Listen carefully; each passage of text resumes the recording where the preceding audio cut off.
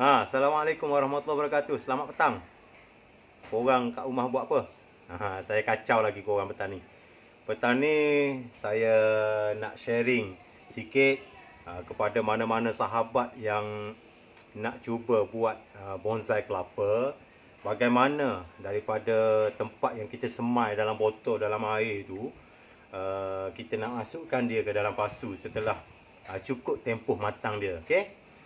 Saya tak nak lama-lamakan live petang ni kerana di Miri Sarawak ni dah nak gelap dah. Sekarang pun pukul 6.10. Okay, saya akan buat live perkongsian ini secepat yang mungkin. Okay? Saya dah ada benih bonsai kelapa yang orang kata dah ada akar yang matang untuk diletakkan dalam pasu. Okay? Pasu pun dah saya sediakan dengan tanahnya. Hari ni, petang ni kita nak tanam bonsai kelapa ni. Yang ni yang versi telanjang lah. Saya kopak semua dia punya sabut sampai dia botak. Tengok ni. Saya tak buang lagi lah, tak buka lagi kain ni, nanti saya akan basahkan dia.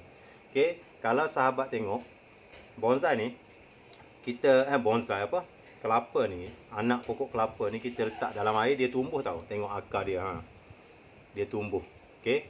Perlu ada cara dia lah. Hari ni saya nak sharing, kita nak tanam biar tempurung ni tergantung. Waalaikumsalam Ismailiani.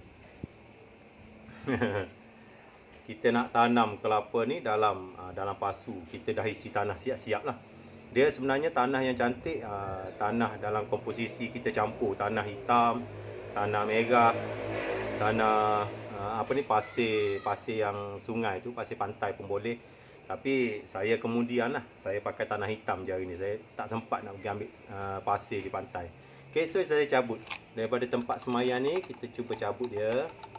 Tengok, alhamdulillah dah ada, orang kata dah boleh tanam. Dia dah keras dah, akar dia ni dah keras dah, boleh ditanam dalam pasu. Okay? Jadi saya dah siapkan sedikit hiasan batu. Saya jumpa batu ni tepi pantai.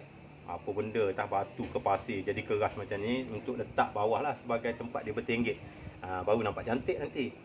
Okay, saya rendahkan sedikit bagaimana kita proseskan dia. Okay, daripada ni, tengok akar dia ni. Macam ayam kan. Waalaikumsalam Tuan Awan Syaraini. Sharing tentang ni sikit petang ni. Okey. Akar pun dah keras. Kita tanam dia hari ni. Kita tanam dalam pasu tempat yang sesuai supaya harga dia jadi lebih mahal. Okay. Ini adalah anak bonsai kelapa. Bukan anak lah, benih untuk ditanam. Akar ni pun dah keras dah, boleh letak bergantung. Saya akan rendahkan sedikit kamera ni.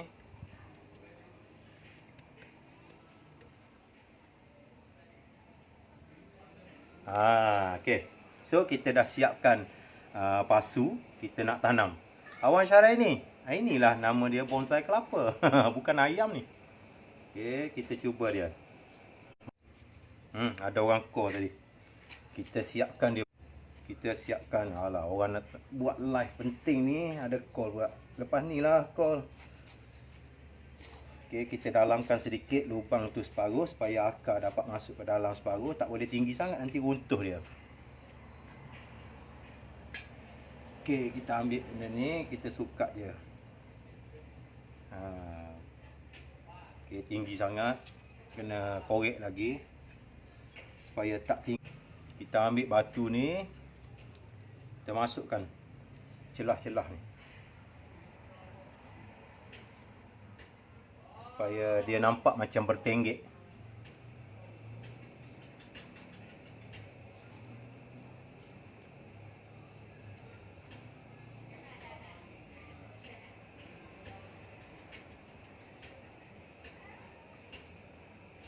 Masa proses tanam ni kena hati-hati, takut dia patah akar dia.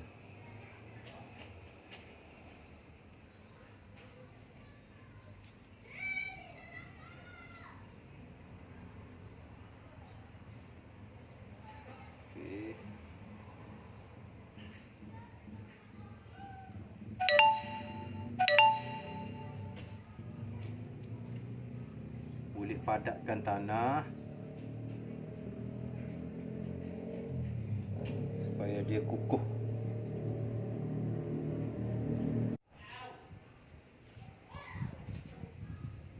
Sabarlah yang duk call tu. Alah, orang tengah buat live ni. Sekejap-sekejap lagi lah. Okey.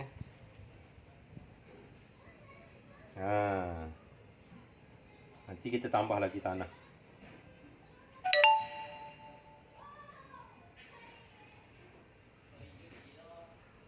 Kita padatkan bahagian tengah-tengah ni supaya dia hidup dengan subur lah.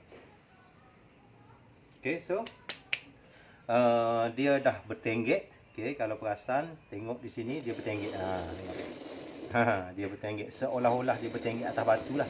Bila dia membesar nanti akar ni jadi makin keras, dia akan tergantung.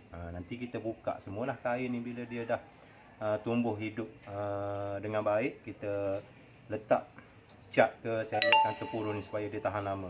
Okey, inilah rupa dia bila dah dipasukan daripada botol tadi. So kita buat versi bertenggek di atas batu dalam pasu. Okay. Nanti kita akan tambahkan lagi dia punya tanah lah supaya dia lagi kukuh. Nanti kita akan balut dengan kain basah. Kita akan basahkan setiap hari supaya dia terus lembap. Bila dia dah subur, dah tumbuh, boleh buka lah kain tu nanti.